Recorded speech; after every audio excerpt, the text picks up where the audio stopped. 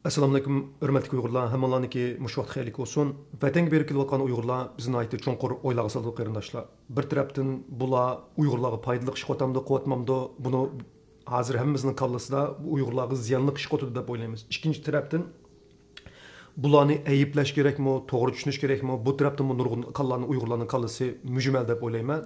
Shaxsan men bu Uyg'urlarni garchi berishning to'g'ri emasligini aqliy jihatdan hukm qilgan bo'lsam o'zimga, lekin hissiyatiy jihatdan bularni to'g'ri tushunaman qarindoshlar.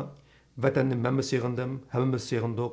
Vatanga berib o'zining vataniga bo'lgan seg'inishdan tufayli özünün ailesiga bo'lgan hasrati bilan shu ailesiga qaytib, vataniga qaytib, ota-onasi bilan ko'rishib, urug'-tuqqanlar bilan ko'rishib, o'z cho'ng bo'lgan ko'chalarda bir mingib, bir purqini purab qilganlarga, endi bularga milliy munofiq sen vatanga xainlik qilding, sen Uyg'urlarga xainlik qilding deyish mening salohiyatim to'shmaydi, ham buni to'g'ri deb o'ylamayman. Bir tarafdan bularning berishi Uyg'urlarga ziyonli deb o'ylayman, yana bir tarafdan bularni ayıplash huquqim yo'q deb o'ylayman qarindoshlar. Chunki hammamiz Allohning oldida o'zimizning hisobini o'zimiz beramiz qarindoshlar. Bundaq bir vaziyatda biz nima ish qila olamiz deb o'ylayman. Meningki hamda urug'-tuqqanlarimizga, meningki hamda urug'-tuqqanlarimizga, meningki hamda vatanga berib kelayotgan Uyg'ur qarindoshlarga ojizona tavsiyam qarindoshlar. Sizlar u yerga borgan vaqtida birinchisi Xitoy cho'qim sizlarni chekib boqadi. Mayli sizlar Amerika vatandoshi bo'linglar, Yevropa vatandoshi bo'linglar, sizlarni so'raydi atrofingdagi, masalan, Uyg'ur tashkilotlari nima ish qilyapti bilib turib qarindoshlar o'zi bilgan informationlarni, masalan, birisining bir tashkilotning boshlig'i ekanligini bilib tursa-mo, ma tashkilotda kim ishlaydi deb sizdan so'raydi. Nima ishqa? Chunki sizni amaliyotda shu xoinlikning ta'minini tetishga majbur qiladi qarindoshlar. Sizni shunda bilib turib bilgan savolning javobini sizdan so'raydi ki siz asta-asta Xitoylarga uchur berishga boshlaysiz shunda qilib. Va hech nima bo'lmaydi, baribir Amerika birlashmasining Uyg'ur birlashmasining raisi kim desa, madam hammasi bildi deb bersiz qarindoshlar. Amaliyotda shu Xitoyningki sizni shpionlikqa, vatan xoinligiga boshlaganligining birdan-bir hamda step by step process deymizga hamda birinchi qadamlari. Avval sizga hammadan bildigan narsalarni so'raydi, ikkinchisi muhim bo'lmagan narsalarni so'raydi, uchinchisi asta-asta sizni shuningga majbur qildi, balkim qo'llarida belgi va anandan keyin sizni shunda tumuringizni tutib olsa, siz shu vatanga berib qaytib kelgandan keyin yana shu tumuringizni tutib olgan balkim qo'llarida videolar bo'lishi mumkin. Sizningki tirnoq ichida xoinligingizningki videosini mayli turayotgan davlatingizningki qonuniga asosan bo'lsin, mayli u yerda turayotgan Uyg'urlarning ichida o'zingizning yuzining chiqish ehtimolligi bo'lsin, shuni besim qilib sizdan texmi ko'p uchurlarni so'rab, asta-asta sizni bu patqoqqa tiqib o'tish mumkin qarindoshlar. Buni amaliyotda qarindoshlar bir insonni asta-asta buzishga o'xshaydi. Masalan, bir kichik bolani kelib, tomoq chekmaydigan, aroq ichmaydigan bolani bir sho'rapa qayishni bo'lmaydi.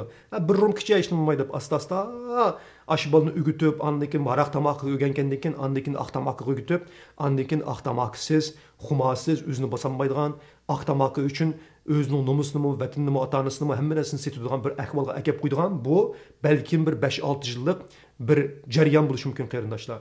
Shunga vatanga berib kelayotgan qarindoshlarga meningki umidim hamda mushundoq to'zoqlarga tushib ketmaslik, ashaga berib bo'lsa jumloq o'zingizni egri kunga u yerda berib Xitoyga urug' tuqqanlaringizni o'zingizni qiyin ahvolga qo'ymaydigan, ikkinchisi Xitoyga bir quyruqingizni tutqizmaydigan. Agar quyruğunuzu tutib qo'ysangiz, Xitoy cho'qim buni sizga qarshi ishlatadi, Uyg'urlarga qarshi ishlatadi. Shunga mushundaq vaziyatlarda bak diqqat qilsanglar deb o'ylayman vatanga berayotgan Uyg'urlar.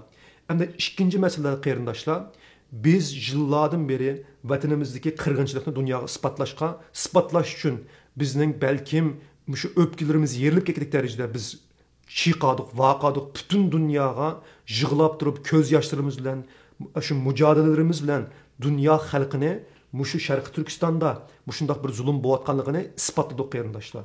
Xitoyning iqtisodiga haqiqatan nihoyat cho'ng zarba urildi. Mushu Uyg'ur masalasini dunyo qaltaq qilib turib, amaliyotda Xitoy bilan bo'lgan iqtisodiy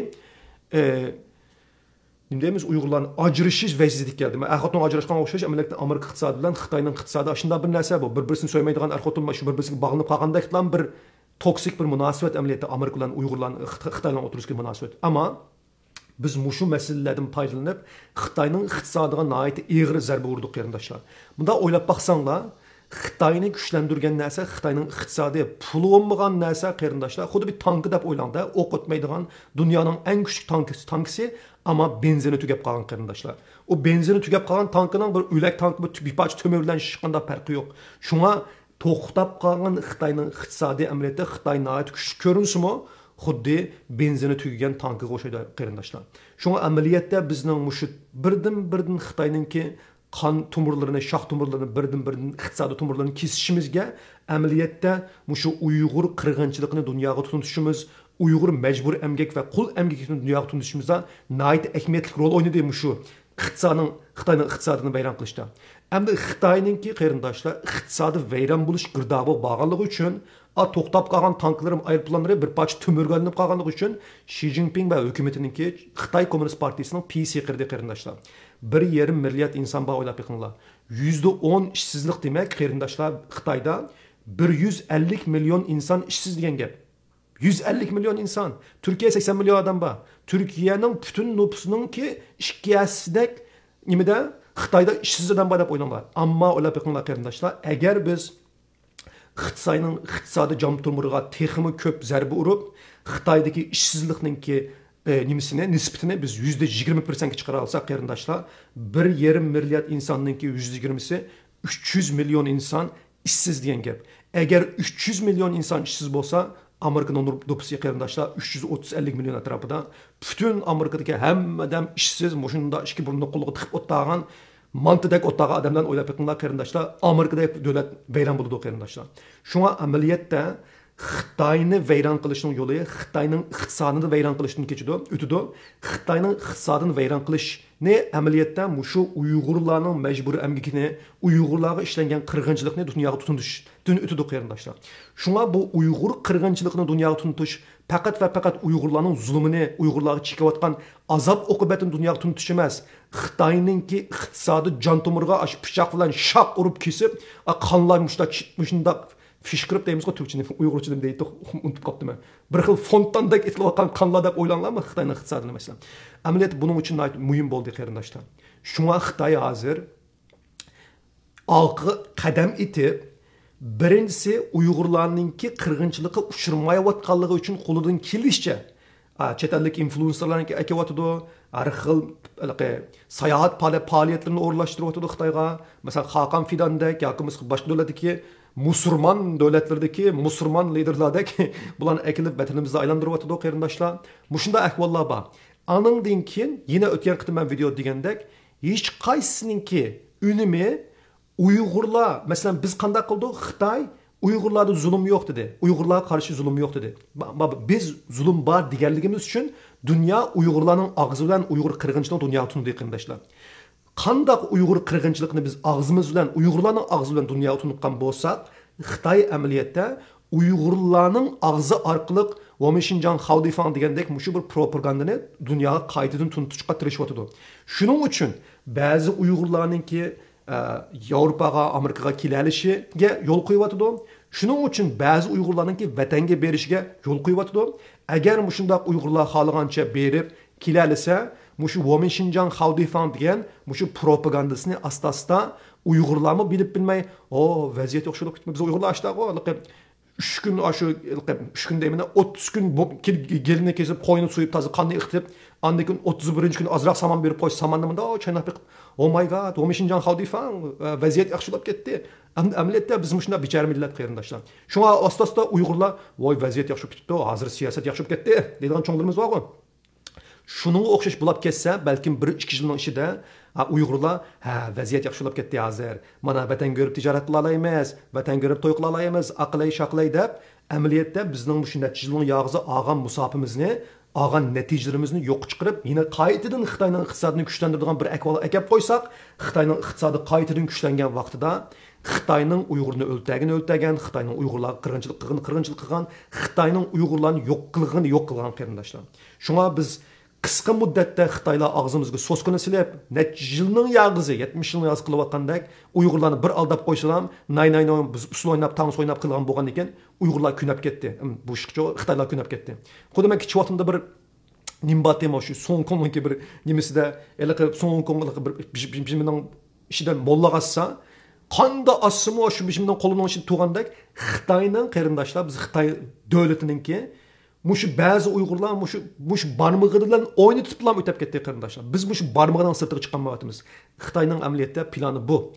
Endi buningga qarshi biz qanday qilishimiz kerak? Birinchisi vatanga qaytayotgan Uyg'urlar men ibay deganda quyrug'ini tutqazmaslik uchun qo'lidan kelishicha strategiya qo'llanish kerak.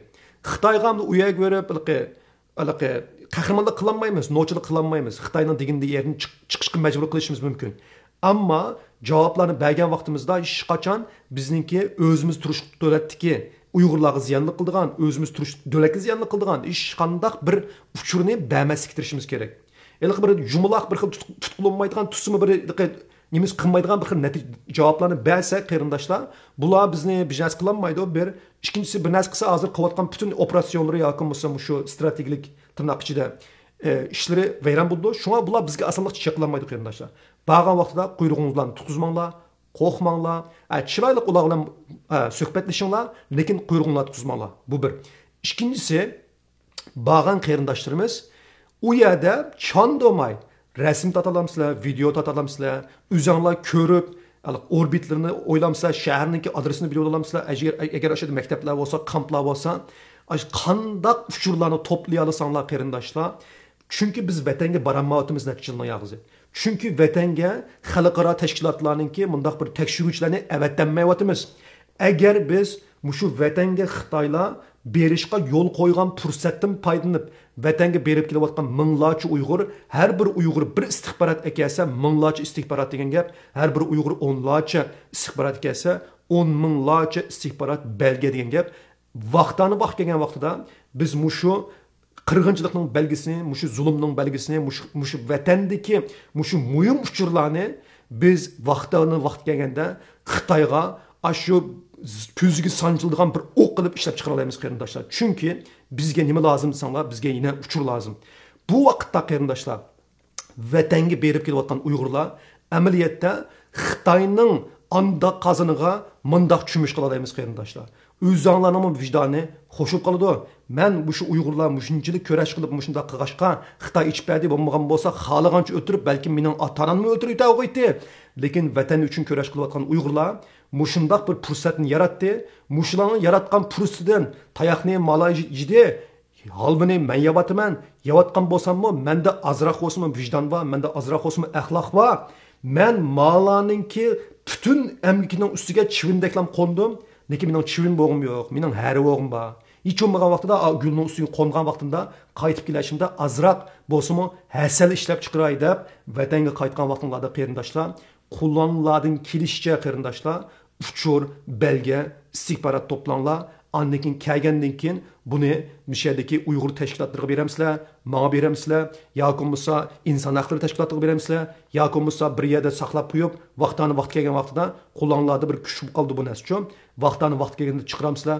Bu o'zingizning ixtiyori, lekin vatanga qaytayotgan Uyg'urlar Allah rızası üçün, özünlərinki vətəni üçün, urug tuqqanlarının kəlgisi üçün, hətta urug tuqqanlarının nəvrisi üçün. Çünki o nəvrilərini mi ətəgün turumğa əkirib, kamplarda solab, basqınçılıq qılıb, ciğer bürəklərini oğurlab, qırğın qıyıtış mümkün qarindoshlar.